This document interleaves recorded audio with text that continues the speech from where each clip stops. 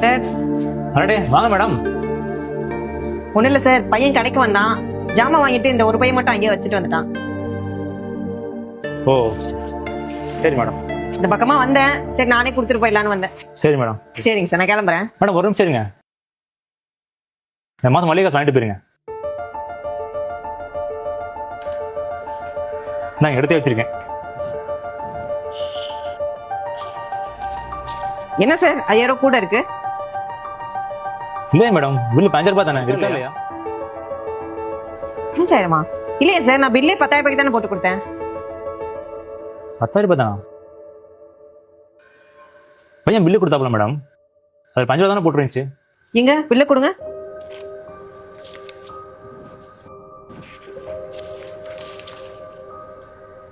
Sir இது நான் கொடுத்த பில்லே இல்லையே. நீங்க கொடுத்த பில்லு இல்லையா? பையன் தான் கொடுத்தாப்புல. நீங்க ஃபர்ஸ்ட் அந்த பையனை கூப்பிட்டு விசாரிங்க. சோலை இங்க வா,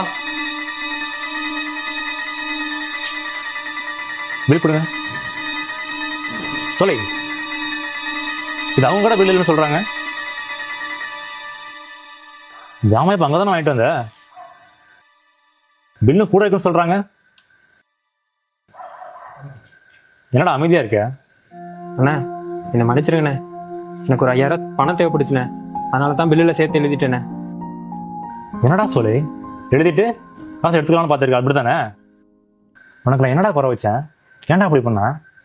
இல்லைண்ணே, தங்கச்சிக்கு கல்யாணம் வச்சிருக்கேன்னு சொன்னேன்லண்ணே, அதுக்கு கொஞ்சம் பணம் தேவைப்படுச்சுண்ணே, அதான் இப்படி கொஞ்சம் காசு சேர்க்கலாம் அப்படின்னு சொல்லிட்டு தானே எடுத்துட்டேன். என்னை மன்னிச்சிருங்கண்ணே. சோலை, உனக்கு கடையில் வேலை பார்க்குற பையன் மாதிரியாடா பார்த்தேன். ஏன்டா இப்படி? இனிமேல் வேலைக்கு வர வேணாம், கிளம்பு. அண்ணே இந்தா இதில் பணம் இருக்கு, பிடி விட்றா. இதில் 30,000 பணம் இருக்கு, வச்சுக்கோ. உன் தங்கச்சிகள் நான் கேட்டு வந்தல, முன்னாடி எடுத்து வச்சிட்டேன்டா. ஆனால் நீ தான் அவசரப்பட்டல, நீ தான் என் மேலே வச்சு நம்பிக்கையை காப்பாத்தல, நானும் காப்பாற்றணும். நான் கொடுத்த வாக்க வச்சுக்கோ. மேரேஜை நல்லதுமா நடக்கு. அண்ணே என்ன சார், பணத்தை திருட பார்த்துருக்கான், அவனுக்கு போய் பணம் கொடுத்து ஹெல்ப் பண்றீங்க? சோலை நீ கிளம்புடா, நான் போன்னு சொன்னேன்.